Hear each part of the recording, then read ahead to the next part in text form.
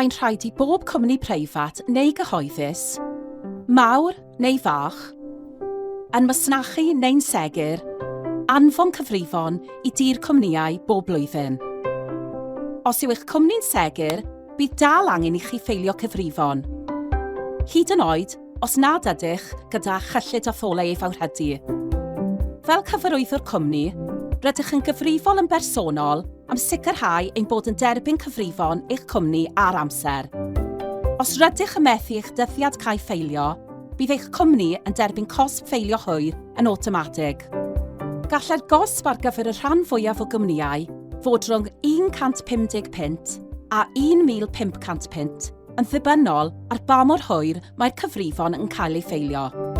Dyblir y gosb os yw eich cyfrifon yn hwyr 2 flynedd yn olynol. Gallai cosbau i gwmnïau cyhoeddus fod llawer yn fwy. Mae'n drosedd os nad ydych yn ffeilio eich cyfrifon, a gall hyn arwain at erlyniad yn y llys.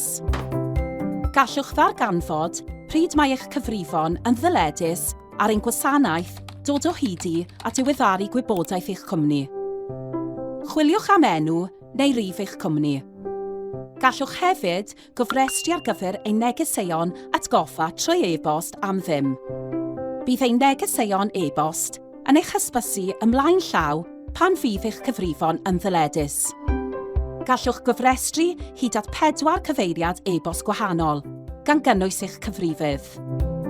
Hyd yn oed, os oes gennych gyfrifydd sy'n ffeilio cyfrifon eich cwmni ar eich cyfer, rydych dal i fod yn bersonol gyfrifol am ffeilio ar amser, felly mae'n syniad da gwybod eich dyddiad cau.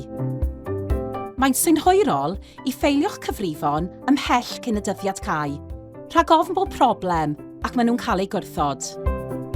Hyd yn oed os yw'r dyddiad yn disgyn, ar benwythnos neu wyl y banc, rhaid i'ch cyfrifon barhau i gael ei ffeilio erbyn y dyddiad hwnnw mwyn osgoi cosb ffeilio hwyr. Efallai y bydd y degau pan na allwch ffeilio eich cyfrifon mewn pryd oherwydd amgylchiadau eithriadol y tu allan i'ch rheolaeth.